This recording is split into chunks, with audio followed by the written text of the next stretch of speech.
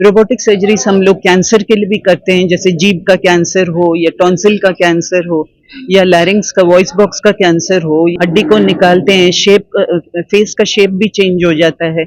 इसमें ऐसा कुछ नहीं है, अंदर से ही हो जाता है सारा सर्जरी। मैं चाहती हूँ कि बहुत सारे रोबोटिक सर्जन्स मेरे फील्ड में बन जाएं और इसका ट्रेनिंग मैं चाहती हूँ कि इंडिया में हो, और इंडिया में कैडावरिक लैब और सिमुलेशन लैब के तरीके से यहाँ पर अगर पटना में कोई भी कैडावर लैब मुझे जैसे हर महीने में भी कैडावर्स प्रोवाइड करेंगे तो हम जरूर आके सिखा देंगे यहाँ पर। दो कारण की वजह से यहाँ नहीं हो रहा है। एक तो ट्रेंड रोबोटिक सर्जन्स है नहीं, हमको भी कोरिया जाना पड़ा ट्रेनिंग के लिए, और ये गवर्नमेंट को ये चीज देखना चाहिए कि क्यों हमें बाहर के कंट्रीज में जा करके सीखना है, हम यहीं पर क्यों नहीं इसको ट्रेनिंग दे नहीं सकते हैं। मिनिस्ट्री कोई भी एडवाइस लेना चाहते हैं, हम जैसे डॉक्टर्स को मिल करके इनोवेशंस को कैसे बढ़ाएं, टेक्नोलॉजी को कैसे बढ़ाएं, हम तैयार हैं एडवाइस देने के लिए। गवर्नमेंट तो कर ही सकता है, कम से कम एक स्टेट में एक रोबोट तो हो। नमस्कार, बहुत स्वागत है आपका लाइव बिहार में। मैं आपके साथ रूपम। आज हमारे साथ जो महिला जुड़ी हुई है, मुझे काफी खुशी हो रही है और गर्व भी फील हो रहा है कि एक महिला डॉक्टर आज हमारे साथ जुड़ी हुई हैं, और खुशी इसलिए फील हो रहा है कि भारत की ये पहली महिला डॉक्टर हैं जिन्होंने रोबोटिक तरीके से ऑपरेशन किया है और साकार भी हुआ है। काफी फेमस भारत में ये डॉक्टर हैं, विदेशों में तो इनकी चर्चाएं तो चल ही रही है। आज हमारे साथ जुड़ी हुई हैं डॉक्टर कल्पना नागपाल। मैम, सबसे पहले तो बहुत स्वागत है आपका लाइव बिहार में। थैंक यू मैम, मुझे काफी खुशी हो रही है, भारत की पहली महिला डॉक्टर आप हैं जिन्होंने रोबोटिक तरीके से, आखिर ये आप किस तरह से मतलब इसको साकार की है? काफी रोबोटिक सर्जरीज हमने किया है, पटना से भी काफी मरीज आए हैं मेरे पास। रोबोटिक सर्जरीज हम लोग कैंसर के लिए भी करते हैं, जैसे जीभ का कैंसर हो या टॉन्सिल का कैंसर हो या लैरिंक्स का, वॉइस बॉक्स का कैंसर हो। ये क्या है, बगैर हड्डी काटे, बगैर नॉर्मली जो ट्रेडिशनल सर्जरी होता है, काफी बड़े कट्स लगते हैं, हड्डी को निकालते हैं, फेस का शेप भी चेंज हो जाता है। इसमें ऐसा कुछ नहीं है, अंदर से ही हो जाता है सारा सर्जरी, और कोई खून नहीं जाता है, और पूरा का पूरा अच्छे से ट्यूमर निकाल सकते हैं। रेडियोथेरेपी और कीमोथेरेपी की भी जरूरत नहीं है अगर आप स्टेज 1 और स्टेज 2 ट्यूमर्स में आ जाते हैं। इसीलिए आपको जल्दी से जल्दी डॉक्टर के पास जाना चाहिए जब कोई ऐसा लक्षण हो, और इसका सुविधा ले सकते हैं। तो इसके अलावा हम खराटों की बीमारी में भी बहुत ज़्यादा अच्छा रिजल्ट दे रहे हैं इस रोबोटिक के माध्यम से, और इसके अलावा थायराइड सर्जरीज करते हैं, पैराथायराइड सर्जरीज करते हैं, और कई सारे बिनाइन ट्यूमर्स भी निकालते हैं, और रोबोटिक नेक डिसेक्शन। रोबोटिक के कई एडवांटेजेस है हेड एंड नेक फील्ड में।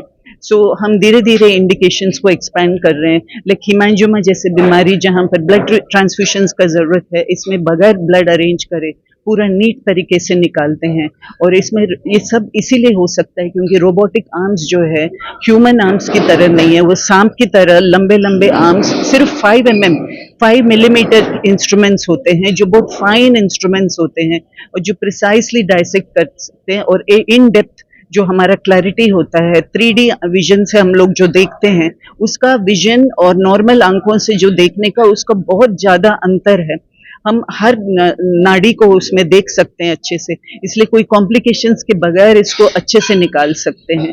और मैं चाहती हूँ कि बहुत सारे रोबोटिक सर्जन्स मेरे फील्ड में बन जाएं, और इसका ट्रेनिंग मैं चाहती हूँ कि इंडिया में हो, और इंडिया में कैडावरिक लैब और सिमुलेशन लैब के तरीके से यहाँ पर अगर पटना में कोई भी कैडावर लैब मुझे जैसे हर महीने में भी कैडावर्स प्रोवाइड करेंगे तो हम जरूर आके सिखा देंगे यहाँ पर। यही चाहती हूँ कि एम्स पटना या बड़े हॉस्पिटल्स में ये कैडावर लैब्स का प्रबंधित हो जाए और हम ये ट्रेनिंग चालू रखें। मैम, बहुत सारे डॉक्टर आपके पास ट्रेनिंग के लिए भी पहुंच रहे हैं। मुझे ये जानना है कि पटना में क्या बड़े बड़े हॉस्पिटलों में ये जो व्यवस्थाएं जो आप बोल रही हैं वो नहीं है, रोबोटिक तरीके से यहाँ पे ऑपरेशन नहीं किया जाता है?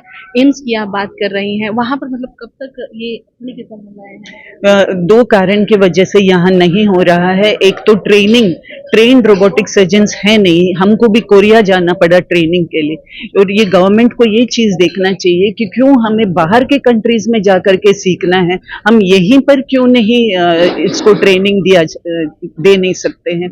तो इसके लिए जो भी खर्चा है गवर्नमेंट को उठाना चाहिए, और इसके लिए ट्रेनिंग और सिमुलेशन लैब्स रखें, और रोबोट्स खरीदें जो टीचिंग के लिए चाहिए, और हम ट्रेन कर सकते हैं और रोबोटिक सर्जन्स तैयार कर सकते हैं, जो अभी तक नहीं है पटना में। ना रोबोट है, ना कोई सर्जन है ट्रेंड इसके लिए। बात करें तो अदर स्टेट में कहाँ पर है जो ये ट्रीटमेंट चल रहा है? अभी जैसे महाराष्ट्र में कई जगह रोबोट्स हैं, और साउथ इंडिया में भी कई जगह रोबोट्स हैं। नॉर्थ ईस्ट में एक जगह है, नॉर्थ ईस्ट में कई स्टेट्स हैं, लेकिन सिर्फ गुवाहाटी में एक है। सो जम्मू कश्मीर में है नहीं, बिहार में है नहीं, रांची में है नहीं, तो कई स्टेट्स में नहीं है। ये क्यों नहीं है? हर एक स्टेट में न्यू टेक्नोलॉजी होना चाहिए। जो जो इनोवेशंस आ रहे हैं, जो जो न्यू टेक्नोलॉजी आ रहे हैं, हर एक पेशेंट का राइट है कि उनको नया ट्रीटमेंट मिले। तो ये सब गवर्नमेंट को देखना चाहिए। अगर मिनिस्ट्री कोई भी एडवाइस लेना चाहते हैं, हम जैसे डॉक्टर्स को मिल करके इनोवेशंस को कैसे बढ़ाएं, टेक्नोलॉजी को कैसे बढ़ाएं, हम तैयार हैं एडवाइस देने के लिए। लेकिन हर एक स्टेट में मैं चाहती हूँ कि ये रोबोटिक टेक्नोलॉजी हो।